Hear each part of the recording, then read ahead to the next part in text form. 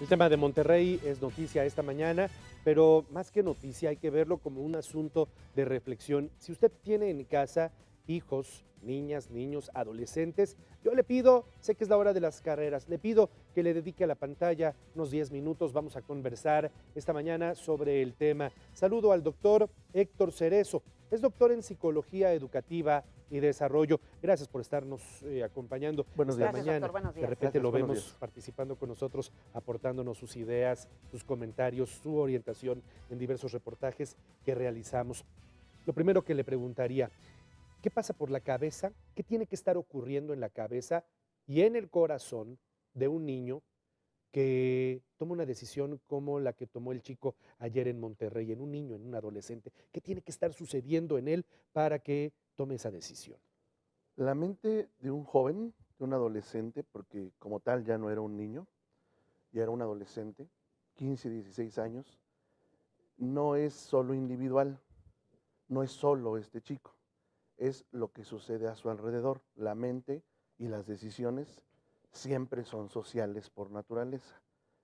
Hay que considerar una interacción, una combinación perversa de muchas variables. En primer lugar, recordemos que Monterrey es uno de los 10 municipios más violentos del país, no lo digo yo, incluso asimismo lo tiene catalogado el Secretariado Ejecutivo del Sistema Nacional de Seguridad Pública.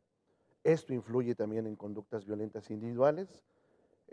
Agreguemos una segunda variable en esta combinación perversa, hasta donde se sabe, y hay que tratar con mucho cuidado la noticia, porque una noticia de esta naturaleza, de la cual no se tenía antecedente en México, no es un expediente clínico abierto. Hay que ser muy cautos, muy prudentes al analizarlo. Y hasta donde se sabe, según las notas periodísticas, el chico recibía acompañamiento porque estaba deprimido. Y me llama mucho la atención las declaraciones de los funcionarios de la Procuraduría diciendo De que era acuerdo. una depresión que no era un riesgo. La depresión por sí misma ya es un riesgo, segunda variable. Un ambiente violento, una condición individual, el estar deprimido. Hay 350 millones de personas deprimidas en el mundo. Para que nos demos una idea, la depresión es incluso un motivo tan incapacitante como la hipertensión arterial o la diabetes mellitus maltratada. Y esa es una segunda variable. Y la tercera quizá es que los padres, como principales responsables y promotores de un estilo de crianza, aquí tienen una participación, no sé si periférica, no sé si determinante, pero lo que en la niñez son rasgos, en la adolescencia son síntomas, son trastornos. Las enfermedades mentales hacen su debut en la adolescencia. Seguramente es probable que este chico desde hace varios años haya mostrado una serie de comportamientos raros, extraños, extravagantes, incluso aislamiento, eh, una socialización deficiente, pocos amigos, y muchos de ellos se vuelcan en las redes sociales incluso para sustituir este tipo de carencia de interacciones. En fin, son muchas las variables. Lo que pasa en la mente es en parte responsabilidad del adolescente, pero también no olvidemos la responsabilidad y la influencia de estas variables externas. En este sentido, los papás, ¿en qué debemos de estar atentos para no dejar que este tipo de cosas ocurran, prevenirlas desde el primer síntoma?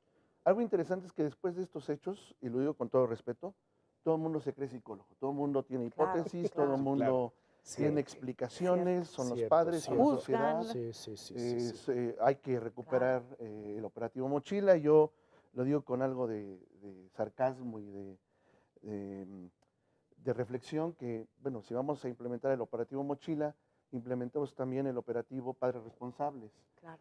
padres que se comunican con sus hijos, escuelas que tienen un orientador, un psicólogo, porque en los últimos años, en los últimos 5 años, la SEP en distintos estados ha ido desapareciendo, eliminando la figura del orientador educativo. O lo tienen de adorno, ¿no? O simplemente es alguien que saca fotocopias, que ayuda al director, algo similar a lo que sucede en las dependencias federales con los famosos ATPs, los asesores técnicos pedagógicos, que hacen de todo, pero ninguna labor pedagógica orientativa hacia los estudiantes. Claro. Ahora, en ese sentido, ¿los padres de qué deben estar pendientes? Bueno, los padres deben estar pendientes de signos de alerta, signos de alarma. ¿Dónde están nuestros hijos? ¿Cuánto tiempo permanecen en las redes sociales? Hay signos que seguramente este chico mostró y que los padres no supieron interpretar, como cuáles: dificultad para conciliar el sueño, aumento o disminución del apetito, el tiempo que pasaba en sus redes sociales, la falta de amigos, el aislamiento, la disminución del aprovechamiento escolar. Es decir, hay una serie de condiciones para la cual no se necesita ser psicólogo ni psiquiatra, se necesita ser un padre comunicativo y ante ese tipo de eventos acudir con un especialista de la salud mental. A mí me llama la atención que digan que el chico tenía depresión y que recibía acompañamiento. La depresión es tan real como una pulmonía, es como tener diabetes. Si a un deprimido le decimos échale ganas, esas No. porras psicológicas, por más eficientes que pensemos que son, no van a servir para que su cerebro produzca ciertos neurotransmisores que sabemos que están involucrados en el origen de la depresión. Entonces, este tipo de indicadores los padres deben estar muy pendientes, estar en contacto con los maestros, porque también es muy común que ahora los profesores sean o seamos los culpables de lo que los Claro, padres no hacen en casa. claro. Finalmente, el desarrollo de un estudiante es un triángulo: los padres, los maestros y nosotros como alumnos, ¿no? Como sistema educativo. En la medida en que no entendamos que hay corresponsabilidad, pues lamento decir esto, pero es muy probable que este hecho inaugure una serie de eventos que esperemos que no vuelvan a suceder. Y algo que nos ha mostrado la experiencia en las masacres escolares en Estados Unidos es que lo que pasa después de este hecho es igual de importante que lo que pasó antes y que el evento mismo. ¿Por qué razón? Cada vez que sucede algo como esto, un evento traumático como esto, hay víctimas primarias, secundarias y terciarias. Víctimas primarias: el chico, su familia, la comunidad escolar, sus compañeros. Víctimas secundarias: la sociedad en su conjunto, los amigos, las familias de las víctimas, la escuela. La víctima terciaria: todos nosotros. Independientemente de que no vivamos en Monterrey y estemos en Puebla, de alguna manera el evento traumático es como una gran piedra que cae sobre un lago. Las ondas concéntricas nos Claro. afectan a todos. Claro, claro. Doctor Cerezo, a ver, ¿cómo debe ser esa relación de un padre, de una madre de familia con con sus hijos adolescentes? Digo, a lo mejor alguien pudiera pensar que es una pregunta muy elemental la que le estoy haciendo, pero de repente, como sociedad decimos, bueno, ¿cómo debe ser nuestra relación con nuestros hijos? Debemos darles, debemos protegerlos, debemos comprarles, debemos permitirles, debemos ser amigos, debemos ser más que amigos, brothers. O sea, ¿cómo debe ser esa relación del padre, de la madre con los hijos adolescentes? Bueno, no hay debes y no hay recetas, pero sí hay ciertos estándares que nos hablan de padres funcionales. ¿Cuáles son esos estándares? Primero, no son nuestros amigos, son nuestros hijos. Yo no soy cuate de mi hijo, soy su padre. Y la otra persona es su madre, en fin, ¿no? Es decir, tener muy claro el rol, cuál es mi papel dentro del sistema familiar. Y en ese sentido hay que dejar muy claro que el manejo de límites, el cumplimiento de responsabilidades es quizá una de las actividades más importantes dentro del sistema familiar.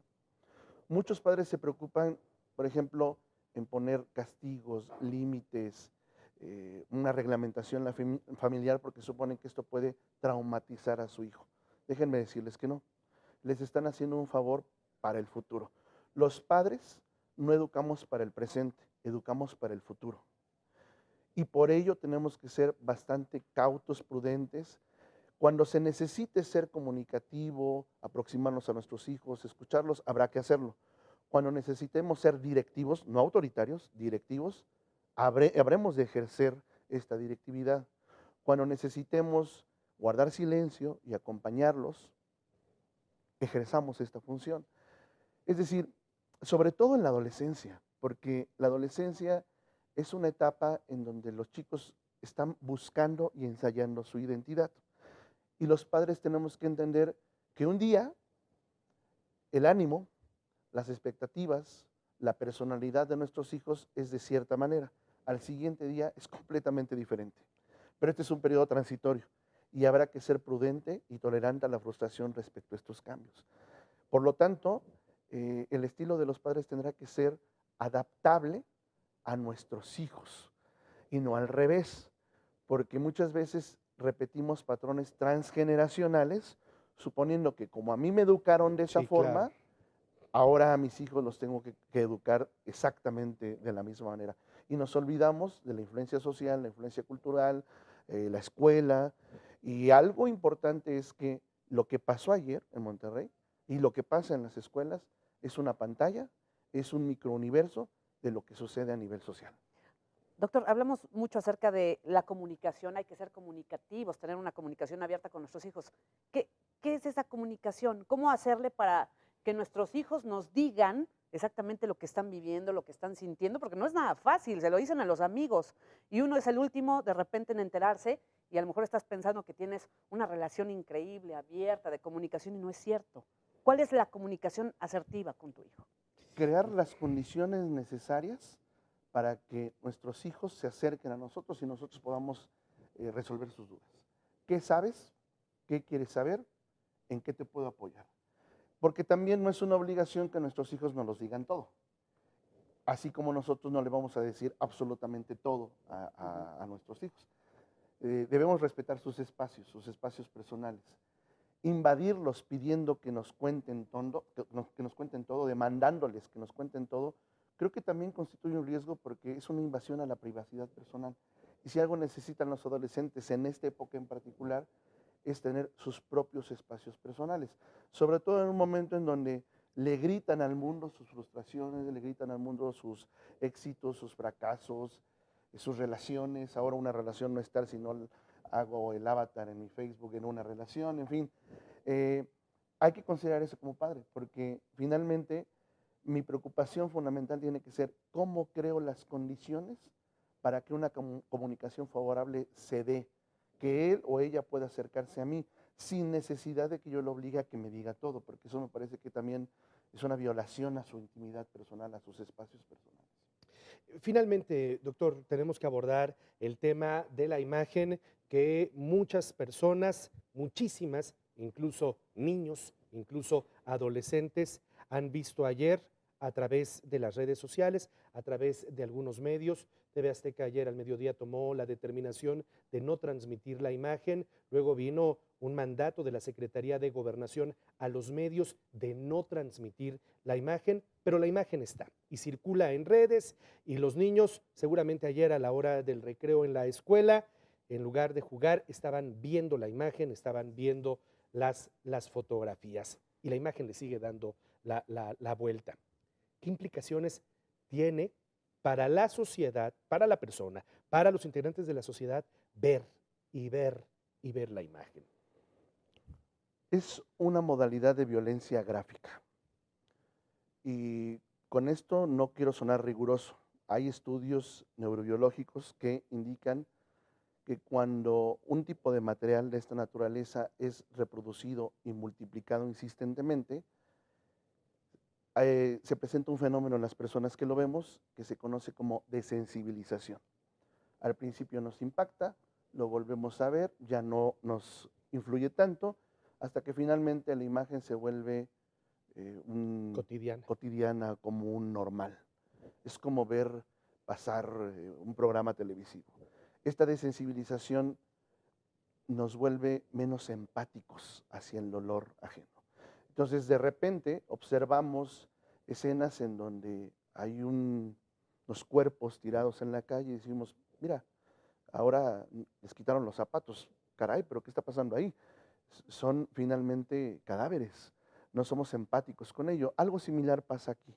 Nos desensibilizamos, que implica dejamos de ser empáticos, la repetición incesante de estas imágenes.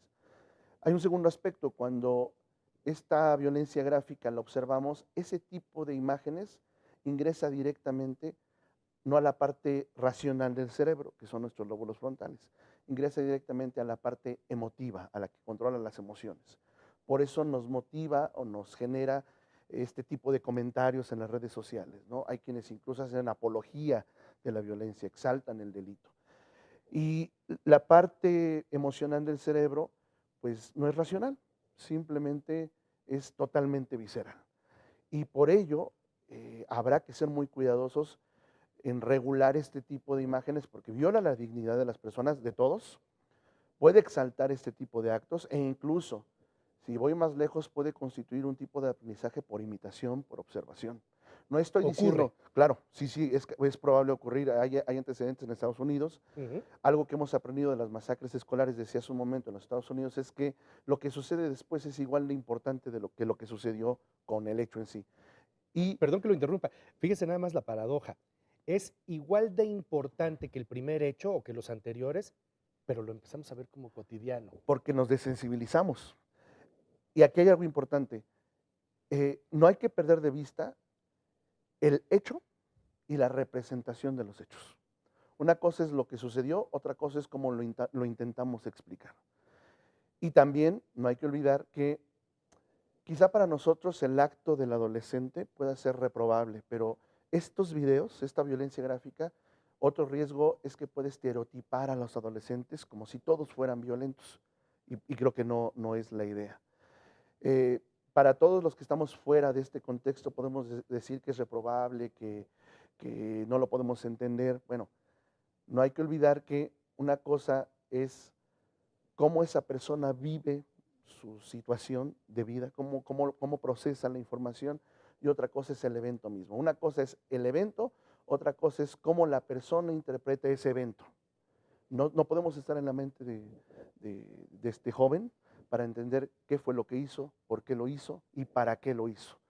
Lo que podemos hacer son meras especulaciones, pero lo que queda muy claro es que las imágenes no son la vía ni para prevenir hechos futuros y por supuesto tampoco para explicar lo que sucedió.